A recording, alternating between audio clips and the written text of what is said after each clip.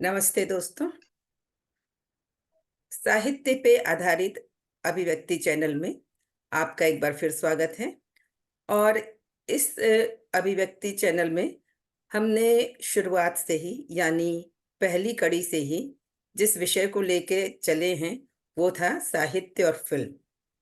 इस विषय पर बात करते करते हम आ पहुंचे थे फिल्म की शूटिंग तक। और हमारे साथ जो विद्वान थे, जो महानुभाव थे, उनके साथ आपने ये जो 6 एपिसोड देखे और अपना साथ दिया, उसके लिए सबसे पहले तो हम आपके शुक्रगुज़ार हैं। और अब हम आगे जब बात करने जा रहे हैं फ़िल्म के बारे में ही, साहित्य के संबंध में फ़िल्म को लेकर, तो वो विषय भी बड़ा रोचक होगा, ऐसी हमारी आशा है। और जिन विद्वान को हमने शुरुआत में ही आमंत्रित किया था, उनको हर एपिसोड में जब हम परिचय कराते हैं, तो हमें लगता है जैसे हमने कुछ कोताही की, कुछ कंजूसी की उनके परिचय में। क्योंकि अगर साहित्य सागर है, तो वो अपने आप में गागर में सागर हैं। और उनका व्यक्तित्व एक ऐसा गागर है, जिसमें साहित्य के कई सागर समाहित हैं। और ये आपको इन सारे कड़ियों में देखकर मुझे उम्मीद है कि समझ में ही आ गया होगा। चाहे हम साहित्य की बात करें उनसे, कहानी पे, कविता पे, उपन्यास पे, नाटक पर या कहा जाए फ़िल्मों पर, हर विधा में पारंगत। और ये शायद हम कुछ कम कह रहे हैं, उनका कुछ और परिचय हो सकता है हम अगली कड़ी में करवाएँ और आप भी जानकर आश्चर्यचकित रह जाएँ कि अरे! एक व्यक्ति इतना कुछ जानता है। सचमुच मैं तो जब भी उनसे बात करती हूँ, तब मैं हर विषय पे बात करने के बाद आनंदित भी होती हूँ और आश्चर्यचकित भी होती हूँ। तो अपने चिरपरिचित साहित्यकार, विद्वान, नाटकविद और फ़िल्म निर्माता, निर्देशक डॉक्टर गौतम चटर्जी से हम आपका परिचय फिर करवा दें। और आइए उनका एक बार फिर स्वागत करते हैं। डॉक्टर गौतम चटर्जी, आप जो काशी से हैं, आपका इस अभिव्यक्ति चैनल में तहे दिल से स्वागत है। बहुत बहुत धन्यवाद मेनका जी। और कभी-कभी तो मुझे आपके बारे में परिचय कराते समय ऐसा लगता है कि शब्द कम पड़ रहे हैं। आप जितने सहज हैं और जितनी सरलता से क्लिष्ट विषयों पर जानकारी देते हैं, सचमुच ऐसा लगता है कि साहित्य सागर की एक अलग गंगा बह रही है। तो आज जिस विषय पर हम आपसे बात करना चाह रहे हैं, जानकारी लेना चाह रहे हैं, जिस विषय पे हमारी जिज्ञासा है, वो है कि फ़िल्मों में शूटिंग के संबंध में आपने बताया था, लेकिन फ़िल्म की जान कहा जाए या फ़िल्म को बहुत दिनों तक ज़िंदा रखने वाली जो एक कड़ी होती है, फ़िल्म का जो एक हिस्सा होती है, वो है गाने, जो हम बहुत दिनों तक गुनगुनाते हैं और वो हमें उतनी ही ताज़गी देते हैं, उतना ही आनंद देते हैं, जितना हमने पहली बार जब फ़िल्म देखा था तब लगा था। बहुत से गाने जिनको हम एवरग्रीन सॉन्ग कहते हैं, वो भी हमारे ज़हन में रह जाते हैं। और उन गानों को जब हम स्क्रीन पे देखते हैं, तो क्षण भर के लिए हम समझ ही नहीं पाते हैं कि अभी तो हम एक नदी के किनारे थे, अभी हम पहाड़ पे हैं। तो ये सब जो होता है, वो एक आम दर्शक के लिए बड़ा जिज्ञासा का विषय होता है। आपसे हम चाहते हैं कि आप इस पे प्रकाश डालें। हाँ, ये विषय तो बहुत दिलचस्प है और बहुत बड़ा है। हुँ, और हमारी जो मुख्य धारा की हिंदी फ़िल्में हैं, इन फ़िल्मों की कल्पना बिना कहानी की तो एक बार की जा सकती है, लेकिन बिना गानों के नहीं की जा सकती है। बिल्कुल। और कुछ दिनों पहले दीप्ति नवल से एक मुलाकात हुई, तो उसमें हम लोग विश्व सिनेमा और हिंदी सिनेमा की बात कर रहे थे, तो उन्होंने कहा कि हिंदी सिनेमा की ज़रूरी है कि एक कहानी हो और गाने हों। एकदम 2 टूक उन्होंने कहा। हुँ, हुँ। व्यक्तिगत मुलाकात हम लोग इंटरव्यू लेने के बाद एक कॉलेज था दिल्ली विश्वविद्यालय का, फिर हुँ, हम हुँ। लोग चाय पी रहे थे, तो एकदम सच कहा उन्होंने।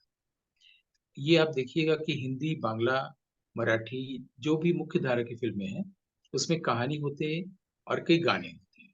जी।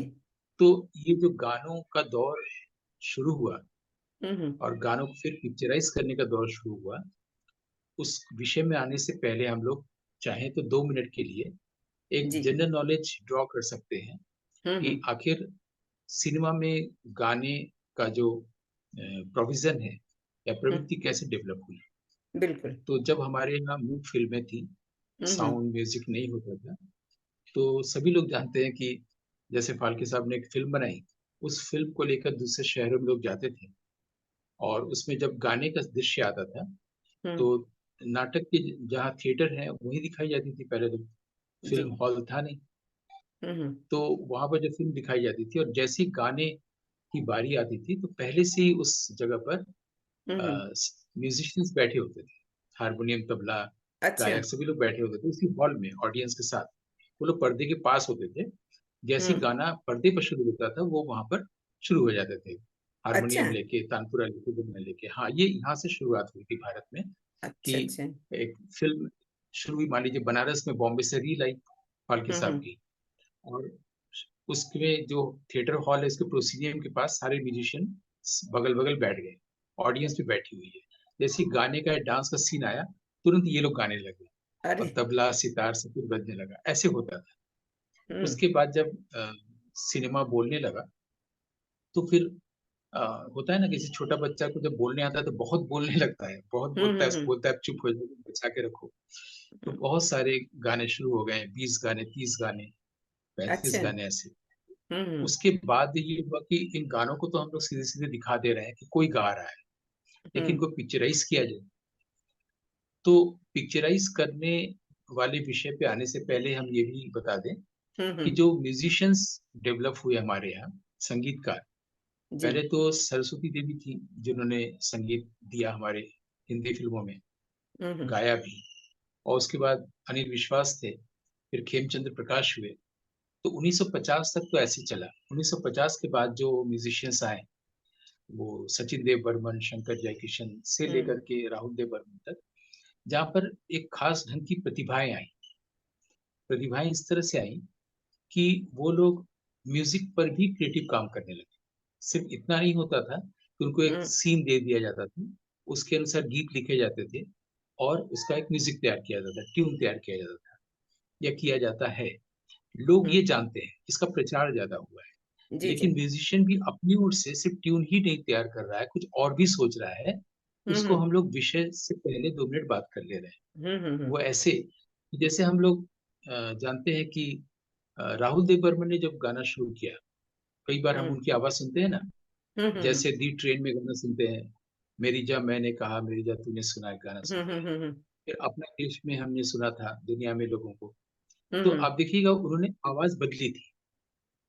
तो जो हाँ। उनकी आवाज है, वो आवाज उस आवाज में भी गाना गाया है, जैसे धन्नो की आंखों में, हम्म। किताब फिल्म में। जी। लेकिन जी। जब दी ट्रेन अपना देश में गा रहे हैं या यम्मा यम्मा गा रहे हैं शान में, तो आवाज हम्म। बदल जाए। ऐसा हम्म। क्यों? हाँ। तो एक बार गुलजार ने पूछा था, तो आर डी बर्मन ने कहा था कि मेरी आवाज अच्छी नहीं है इसलिए मैं बदलता हूँ। एक्चुअल हम्म। कारण ये नहीं है। अच्छा। एक्चुअल कारण ये है कि हम्म। आप देखिएगा कि फिल्म में जो किरदार है वो हम्म। भेष बदल के आया है दुश्मनों की दुनिया में। अच्छा। चाहे अपना देश हो, राजेश बिल्कुल। खन्ना भेष बदल के आया है, हम्म। चाहे यम्मा यम्मा के समय शशि कपूर और अमिताभ बच्चन भेष बदल के आए हैं विलेन के सामने, शाका के सामने। तो हम्म। जब वो भेष बदल के आया है तो आवाज भी तो बदलनी चाहिए। बिल्कुल। ये राहुल देव बर्मन की अपनी सोच थी, हम्म। इसलिए वो आवाज बदली। इसी हम्म। तरह से किसी फिल्म में जो मुख्य किरदार है, उसके अलावा कोई ऐसा किरदार है जो बस आता है और चला जाता है, इसकी कहानी से बहुत मतलब नहीं है, हम्म। वहां पर किशोर कुमार, मोहम्मद रफी आदि के आवाज न लेकर राहुल देव बर्मन खुद अपनी आवाज देते थे। अच्छा। मतलब मुख्य नायक जैसे धर्मेंद्र है या अमिताभ बच्चन है, तब तो किशोर कुमार, मन्ना डे, जैसे शोले का ही गाना ले लें। हम्म। शोले में आप देखिएगा नायक और सहनायक के लिए मन्ना डे, किशोर कुमार आदि की आवाज है। बिल्कुल। लेकिन जब महबूबा महबूबा होता है तो वो हम्म। राहुल देव बर्मन की आवाज है। वो इसलिए है क्योंकि वो हम्म। जलालागा का किरदार आया और गया, वो पूरी कहानी का कोई अंश नहीं हो, बिल्कुल। बिल्कुल।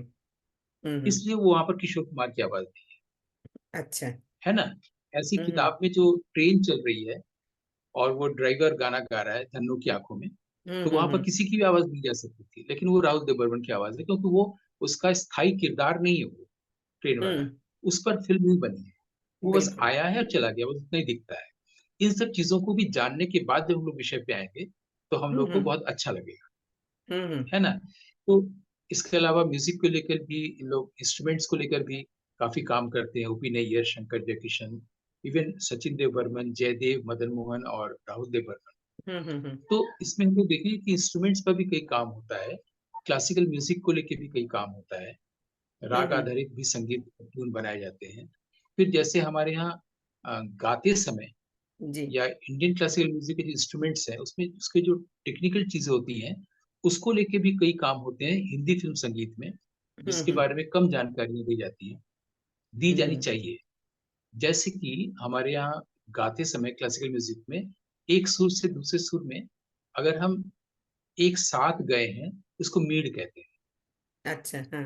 है ना? अगर सा हम्म से रे तक गए हैं, रे से गा तक गए हैं तो मीड कहते हैं। उसको हम्म सितार में भी किया जा सकता है हम्म और वायलिन में भी किया जा सकता है, लेकिन हम्म, ये आदमी ज्यादा देर तक नहीं कर सकता। अच्छा। लेकिन राहुल देव बर्मन इसका इस्तेमाल काफी कुछ करते थे वायलिन वगैरह में। इसको हम्म, मीड को कहते हैं पोर्टामेंटो। क्या? पोर्टामेंटो का इस्तेमाल, पोर्टामेंटो, अच्छा।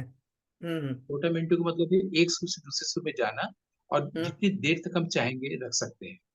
अच्छा। तो इस तरह से सोचना कि हम किस चीज का इस्तेमाल क्यों करने जा रहे हैं, हम्म क्यों हम खास चीज का ही करेंगे। जैसे बंगाली तार का प्रयोग उन्होंने पड़ोसी के गाने में किया था, हम्म मेरी प्यारी, क्या मेरी प्यारी, बिंदु, क्या एक गाना है ना, मेरी बिंदु। प्यारी बिंदु। है ना? तो हम्म कोई भी चीज अगर वो कर रहे हैं तो बस सोच समझ के कर रहे हैं। तो हम्म म्यूजिशियंस के इस तरह की चीजों को देखने के बाद, उनकी जो जी। प्रतिभा की दुनिया को देखने के बाद, अब हम हम्म, लोग जब फिल्म की दुनिया में आते हैं पिक्चराइज करना, तो तो एक उसमें हम एक लोग, एक प्रश्न मेरा, आप बताइए। आपने पूरा बताया। जी ये बताइए कि जब फिल्म तैयार होती है, गाने का सोच लिया जाता है कि यहाँ पे गाना होगा, तो पहले म्यूजिक डायरेक्टर राग बता देता है या पहले बोल लिखे जाते हैं?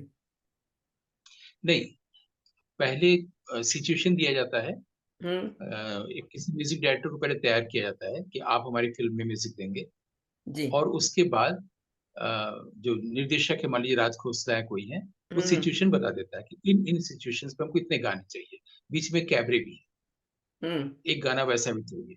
अब उसके लिए गीतकार संगीतकार बैठते हैं, मान लीजिए आनंद बख्शी और राहुल देव बर्मन बैठते हैं, तो उस हम्म सिचुएशन के अनुसार वो गीत लिखता है, फिर उसके अनुसार वो धुन तैयार करता है। बात के दिनों में पहले तो कई ट्रैक पर रिकॉर्डिंग होती थी, आजकल बहुत कुछ आ गया है, इससे पहले से धुन तैयार करके आदमी रख लेता है, फिर जैसे हम्म जैसे गीत आता है उसको उसके अनुसार फिट करता है। लेकिन हमारे यहाँ 40s से लेकर के और हम्म 90s तक कहा जाए या 80s तक गीत लिखे जाते हैं, और फिर वो म्यूजिशियन उसको ट्यून देता है। म्यूजिशियन क्लासिकल बेस्ड ट्यून देगा या नहीं देगा ये उसके ऊपर डिपेंड करता है, ये फिल्म पर डिपेंड करता है। अगर शंकर जयकिशन कोई ऐसा गाना बना रहे हैं जो पूरी तरह से क्लासिकल बेस्ड है, हम्म तो वो डायरेक्टर ने कहा होगा, फिल्म के निर्देशक ने कहा होगा क्लासिकल बेस चाहिए आम्रपाली वगैरह में और तमाम जगहों पर, या रोशन से कहा गया होगा कि आप क्लासिकल बेस बनाइए क्योंकि हमको वो दिखाना है, वैजयंती माला का डांस दिखाना है तो हमको शास्त्रीय राग पर आधारित ही चाहिए।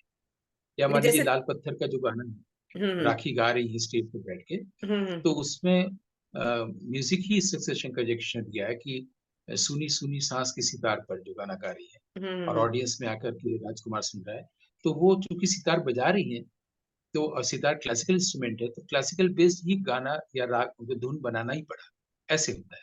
नहीं, कई बार ऐसा, जैसा एक इंटरव्यू में मैंने देखा था कि ये गाना जो है तेजाब का, 1 2 3 4 5 6 7 8 9 10 11 12 13, ये म्यूजिक डायरेक्टर ने पहले म्यूजिक दे दी कि ट्यून ऐसी ये होनी चाहिए। देवदास का नहीं है शायद, ये तेजाब का है ना? नहीं, तेजाब, तेजाब ही कहा मैंने।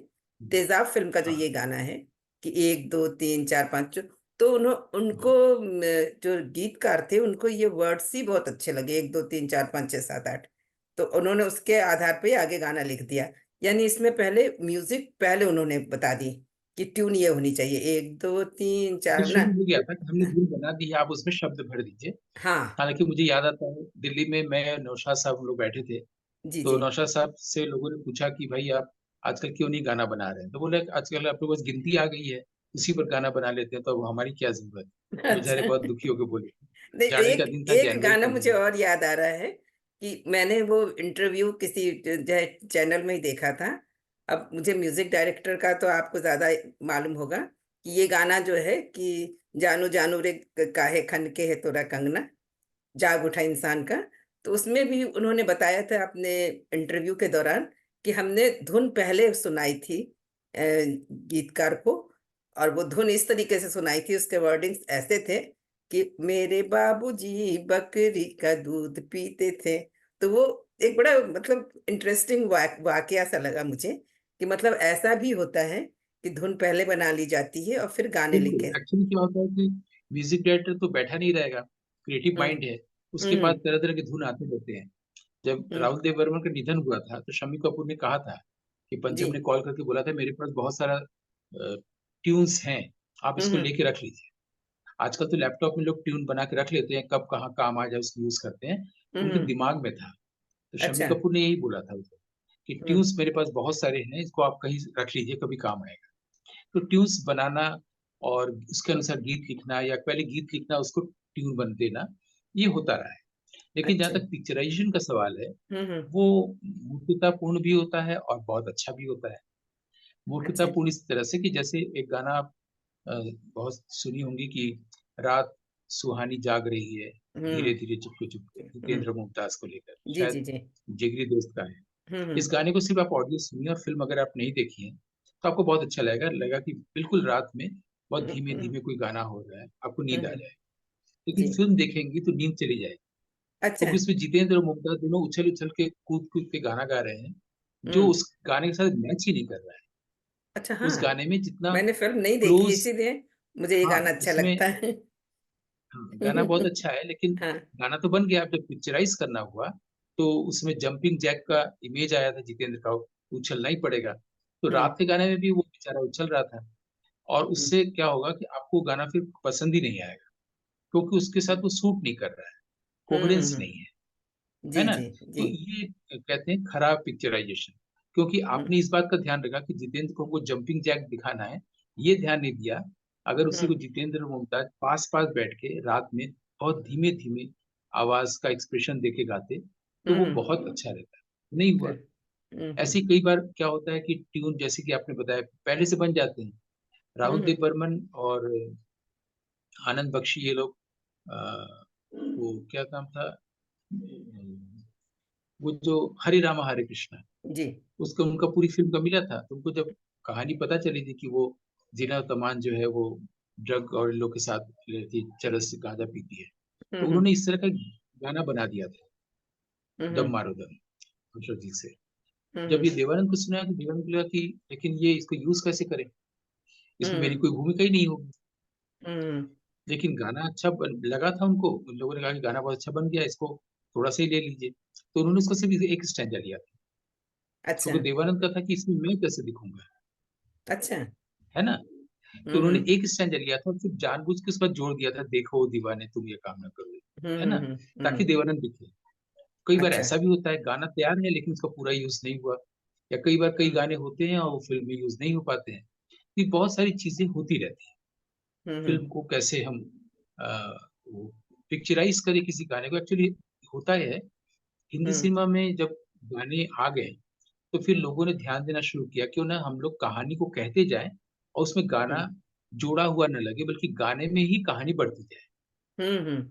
जैसे कि आप देखिएगा एक डार्लिंग डार्लिंग फिल्म है जी जिसमें जी। देवानंद और जीनत अमान गा रहे हैं। तो हम्म उसमें जीवन जो है विलेन वो पीछा कर रहे हैं दोनों का, माने कहानी भी आगे बढ़ती जा रही हम्म। है। या हीरा पूर्णिमा का जो गाना है टाइटल सॉन्ग, हम्म। उसमें जीनत अमान देवानंद है, पन्ना और की लेकिन तमन्ना है। दूर से कोई बैठ के कोई लड़का हम्म पीछा भी कर रहा है, और हम्म पहाड़ों के पीछे से शायद हैदराबाद की शूटिंग है। तो हम्म वो कहानी भी आगे बढ़ती जा रही है। तो शुरू में तो पहले होता था गाना गाना, अशोक हम्म कुमार बैठ के जीवन नैया में एक तालाब के बगल में गाना गा रहे हैं, और लीला चिटनी से देविका रानी लोग कोई सुन रहा है। हम्म। ये एक आदर्श स्थिति थी, इसको सिर्फ ऋषिकेश मुखर्जी ने मेंटेन किया।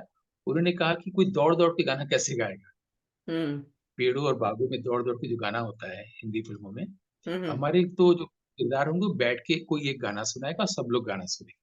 चाहे वो हम्म चुपके-चुपके हो, चाहे खूबसूरत हो, चाहे कोई भी, एक व्यक्ति गा रहा है और सारे हम्म लोग बैठ के सुन रहे हैं। या हम्म अमिताभ बच्चन रेखा आलाप में गए हैं, ओम प्रकाश और छाया देवी चुपचाप गाना सुना रहे हैं और वो सुन रहे हैं। तो ऋषि हम्म कपूर जिसको रियलिटी से जोड़ के देखते थे। लेकिन बाकी शम्मी कपूर और आपके देवानंद और राजेंद्र कुमार, विश्वजीत, जॉय हम्म मुखर्जी, ये श्रीनगर और गुलमर्ग और वो पहलगाम की जगह होगी हर बार, वहाँ लोग गाना गाएंगे। रूठा हम्म ना करो, जो चितलकर ने म्यूजिक दिया था, सी रामचंद्रन ने, हम्म कि शशि कपूर जिंदा। तो ये ट्रेंड चल गया था। हमें तो लगता है कई बार कई फिल्म वाले एक साथ पहुंच जाते होंगे कि तुम पहले कर लो, फिर बाद में करेंगे गानों की पिक्चराइजेशन, क्योंकि सभी फिल्मों में ये रखना होता था। फिर आप हम्म देखिएगा कि हिंदी सिनेमा में हर फिल्म में एक गाना पियानो से जोड़ के जरूर होता था। धर्मेंद्र हम्म गा रहे हैं तो अशोक कुमार सुन रहे हैं, और अशोक कुमार गा रहे हैं तो रहमान सुन रहे हैं, कोई एक व्यक्ति पियानो लेके गाना जरूर होगा, या कोई हम्म, नायिका गा रही है पियानो को लेके, जबकि आम घरों में पियानो होता ही नहीं है। बिल्कुल। तो ये सब पिक्टोरियल ब्यूटी देने के लिए किया जाता है गाने को पिक्चराइज करते समय, कि अगर हम पियानो के साथ कर दें तो कोई एक पार्टी चल रही है, कोई गा रहा है या गा रही है, हम्म और ये दुख का गाना है, खुशी का, और सारे पार्टी के लोग सुन रहे हैं। ये हम्म हमेशा होता था। उसमें उछलना कूदना नहीं होता था। तो पिक्चराइज करते समय जो सीरियस लोग हैं, वो हम्म लोग गानों का ध्यान रखते हैं। कुछ लोग को एक्सपर्ट माना जाता था हमारे यहाँ, हम्म जैसे हम्म गुरुदत्त को माना जाता था कि वो गानों का पिक्चराइजेशन वो बहुत अच्छा करते हैं। अच्छा। जैसे इनकी एक फिल्म आप देखिएगा, प्यासा, तो हम्म उसमें गाने हैं कि जाने क्या तूने कही, जाने क्या मैंने सुनी। हम्म अब ये, वो गुरुदत्त ने पूछा कि तुमको ये गीत कहाँ से मिला, तो उस पर वो जवाब दे रही है। हम्म अब वो उसके चेहरे पर ही करना है, और वो हम्म कैमरा इस तरह से सामने है और वहीदा वहीदा रहमान का चेहरा है। वहीदा जी पीछे बढ़ती जा रही हैं। जब मैंने आपसे कहा था कि हम्म गोदार की एक फिल्म आई थी उनकी, जो पूरे विश्व में लोग उसकी नकल कर रहे थे, कि कैमरा हम्म पीछे की ओर बढ़ता जाएगा, कैरेक्टर पीछे की ओर होता चला जाएगा, है ना। हम्म तो वो था ब्रेथलेस फिल्म थी, वो पूरे विश्व में इसकी बहुत लोकप्रियता हो गई थी। हम्म तो इसमें भी वहीदा रहमान पीछे की ओर बढ़ रही है, और गुरुदत्त आगे बढ़ रहा है, यानी कैमरा बढ़ रहा है। करते हम्म, करते उस गाने को गाते गाते वो अपने जहां पर वो रहती है वहां तक ले जाती है। अच्छा। इस तरह से पूरी ट्रेवल हम्म कर जाता है नायक और नायिका उसके वहां तक, जहाँ पर ये हम्म बैठे रहते हैं, गुरुदत्त वहीदा रहमान। वहां से वो वहीदा रहमान अपने घर तक या कोठे तक ले जाती है, वहां तक हम्म पहुंच जाता है गाने के दौरान। इसकी हम्म बहुत प्रशंसा की गई थी और वहीदा जी ने खुद भी बताया था हमें कि कैसे एक फिल्म की में स्टूडियो के अंदर, फिल्मिस्तान स्टूडियो में एक हम्म गाना पिक्चराइज किया जा रहा था, तो वो हम्म अच्छा नहीं हो रहा था। उनके लेखक थे अबरार अलवी, तो वो खुद भी इसमें हेल्प कर रहे थे, लेकिन नहीं आ रहा था। तो वहीदा जी ऊपर चले गई, ऑफिस में वो बैठे थे गुरुदत्त, तो अच्छा। जाके बोले गुरुजी इस गाने को आप आके करेक्ट करवा दीजिए। तो वो आके करे तो बहुत अच्छा बना, ये उन्होंने ही बताया। हम्म लेकिन मुझे लगता है कि कुछ बहुत कठिन होता है पिक्चराइज करना, वो भी रोमांटिक सॉन्ग, और हम्म उसमें मेरी दृष्टि में विजयानंद बहुत आगे थे, अच्छा। गुरुदत्त से भी आगे। जैसे आप याद करिए, दिल का भंवर करे पुकार, हम्म, ये कुतुब मीनार में पूरा शॉट लिया गया था, तो वहां पर अच्छा। उसको पिक्चराइज करना बहुत मुश्किल था। हम्म उस समय कुतुब मीनार में लोग ऊपर चढ़ सकते थे, हम्म और मेरे ख्याल से 62-3 की फिल्म है, और हम्म वो प्यासा जो है शायद 56-7 की फिल्म या 55 की, ऐसा। हम्म तो विजयानंद ने इसमें आपने देखा होगा, लास्ट तक जहां हम्म तक गाना कान में सुनाई देता है, जी। उतनी देर तक हम लोग पूरे गाने को कैसे सुनते हैं। उसमें लोग भी आते जाते हैं, पास से लोग चढ़ भी रहे हैं, वो लोग हम्म न्यूज़पेपर से अपने चेहरे को छुपा भी ले रहे हैं। इसको हम्म पिक्चराइज करना, कहते हैं कि शायद मुझे लगता है कि सबसे अच्छा उन्होंने किया था। और हम्म, उसमें ये भी नहीं था कि कहानी आगे बढ़ रही है, रोमांटिक सॉन्ग था। अच्छा। तो हम हम्म लोग इससे देख सकते हैं। ऐसे ही इंस्ट्रूमेंट का जो प्रयोग हम बता रहे थे, एक नॉटी बॉय फिल्म बनी थी, किशोर कुमार उसमें एक्टर थे। उसमें हम्म प्लेबैक राहुल देव बर्मन ने दिया था, मैंने पूरी फिल्म में म्यूजिक हम्म डायरेक्टर सचिन देव बर्मन थे, लेकिन एक कोई गाना है, मैं भी भूल रहा हूँ, उसमें माउथ ऑर्गन का यूज होता है। तो आप देखिएगा, हम्म राहुल देव बर्मन जो कारवां वगैरह में और अपना देश में सांस का प्रयोग लेके आए थे, हम्म, ये वाला चीज चीज जो था, उसको उन्होंने माउथ कटी ऑर्गन में पतंग भी में भी किया था। था। कटी पतंग कटी में भी था। पतंग में भी था, हाँ, मेरा नाम है है ना। शबनम। हाँ। तो आप अगर उस माउथ ऑर्गन को सुनिएगा, बीच में एक यूज होता है नॉटी बॉय हम्म को उस गाने में, किशोर कुमार एक्ट कर रहे हैं, लेकिन हम्म इंस्ट्रूमेंट में माउथ ऑर्गन में सुर भी है और सांस का प्रयोग दोनों को उन्होंने किया था। ये उनका जीनियस था। और फिर हम्म हाँ, माउथ ऑर्गन पे जहाँ तक याद आता है, जो अमिताभ बच्चन शोले में बजाते रहते हैं। हम्म। माउथ ऑर्गन हम लोग बोलते हैं इसलिए क्योंकि माउथ के द्वारा जो जिस ऑर्गन को मुंह से बजाते हैं, जी जी। माउथ ऑर्गन बहुत सिंपल है। लेकिन फिर से हम्म उस ऑर्गन का नाम क्या है, ये हम लोग को जानना चाहिए। हम्म। आमतौर पर लोग माउथ ऑर्गन बोल देते हैं, उसका जी नाम है जी। हारमोनिका। अच्छा, तो ये पहली हारमोनिका बार मैंने सुना। उसका एक्चुअल नाम है। अच्छा। तो लोग इन जनरल लोग माउथ ऑर्गन बोलते हैं, लेकिन जो म्यूजिक के लोग हैं वो लोग हारमोनिका ही बोलते हैं। हम्म। तो हारमोनिका में, पियानो में, और फिर नोट्स को एक सिरे को दूसरी जगह करके मूर्छना लेकर के, जैसे हुजूर इस कदर ना आगे इठला चलिए के या चलिए, बढ़िए हाँ। गाना था ना, हम्म मासूम में। हम्म। उसमें उन्होंने पूरा मूर्छना का इस्तेमाल किया था, और जहां पर नी लगना चाहिए वहां पर फिर सा पे आकर के फिर उन्होंने सावन या जो भी शब्द था उसको यूज किया था। ये हम्म सब म्यूजिक डायरेक्टर करता रहता है, उनका भी जीनियस चलता रहता है। और फिल्म डायरेक्टर भी अगर अच्छा है हम्म तो वो फिर पिक्चराइज करता है कि हम कैसे करें, वो उसका जीनियस करे। कई बार ऐसा भी होता है कि हम्म। एक्टर डेट्स नहीं देते, तो स्टूडियो में उसका काम चला रहते हैं आउटडोर का। जैसे कि अच्छा। शक्ति सामंत ने फिल्म बनाई थी जो बहुत हिट हो गई, मेरे सपनों की रानी। हम्म। उस समय शर्मिला टैगोर को सत्यजीत रे ने अपनी फिल्म के लिए बुला लिया था, अच्छा। 69 में। हम्म। हाँ, अरण्य दीनबंधु के लिए। तो शर्मिला टैगोर चली गई थी और शक्ति सामंत बहुत नाराज हुए थे। जब वो लौट के आई तो दोनों में बातचीत भी बंद थी पूरी फिल्म के दौरान। अच्छा। क्यों उस गाने में, हाँ, क्योंकि उसमें राजेश खन्ना जो जीप में गाना गा रहे हैं, हम्म सुजीत कुमार बैठे हैं, ट्रेन चल रही है। आप हम्म। देखिएगा वो जो ट्रेन वाला शॉट बाद में लिया गया है स्टूडियो में, उसमें अच्छा। शर्मा टैगोर बैठी हुई है। और आप हम्म देखिएगा ट्रेन के खिड़की के पीछे एक ही दृश्य बार बार चल रहा है, लोग उसको नोटिस नहीं करते। हम्म। बाद में जब शर्मा टैगोर लौटी है तो उनका खाली ट्रेन वाला स्टूडियो में लिया गया। अब अच्छा दोनों को अच्छा। जोड़ दिया गया है। ऐसा लग रहा है कि राजेश खन्ना गा रहे हैं और शर्मा टैगोर किताब पढ़ रही है। अच्छा लेकिन अच्छा। हाँ। जो क्लीनली देखेंगे वो देखेंगे खिड़की के पीछे दृश्य एक ही चल रहा है, कुछ बदल नहीं रहा है। अच्छा, तो आप ऐसा भी देखेंगे तो हुआ था। दोबारा जरूर ध्यान से देखेंगे। हाँ, तो तो ये तो विषय बहुत बड़ा है। अब आप बताइए कि हम लोग बस और कितना समय इस पर बात करने के लिए। हम वही इस विषय को, जब आप बता रहे हैं तो मुझे यही लगा कि इस विषय को ही हमें दो भाग में कर लेना चाहिए। कि क्योंकि इतनी जल्दी गाने भी इतने हैं फिल्म फिल्म की दुनिया में, और इतने अच्छे अच्छे हैं, बड़े टिपिकल टाइप के गाने भी हैं। तो कुछ विशेष गानों पे भी अगर बात हो तो और जानकारी मिले तो बहुत अच्छा लगेगा। तो मैं ये चाहूंगी कि इस विषय पे आप हमारे अगले एपिसोड में भी अगर जानकारी दें तो बड़ा अच्छा रहे। इसका जरूर। दूसरा दूसरा भाग हम इसके अगली कड़ी में अपने दर्शकों के लिए हम लेकर आएंगे। और आज आपने जो बताया, और वो माउथ ऑर्गन का क्या बताया आपने? हारमोनिका। हारमोनिका, जो एक एकदम अलग बात हमें इस एपिसोड में, वैसे आपके हर एपिसोड में बिल्कुल नई जानकारियां होती हैं, पर ये हारमोनिका वास्तव में बिल्कुल अलग है। हमारे ख्याल से 95% लोग नहीं जानते होंगे कि माउथ ऑर्गन को हारमोनिका कहा जाता है। खैर, मैं तो नहीं जानती थी। तो इसलिए ये जो नई बातें आपने बताई और इतनी अच्छी जानकारी दी, इसका इसके लिए आपका बहुत बहुत धन्यवाद। और दर्शकों, हम आपसे ये वादा करते हैं कि अगली कड़ी में इसका अगला भाग लेकर हम फिर उपस्थित होंगे। तो अब हमें अनुमति दीजिए। नमस्कार, और आपका बहुत बहुत धन्यवाद। धन्यवाद।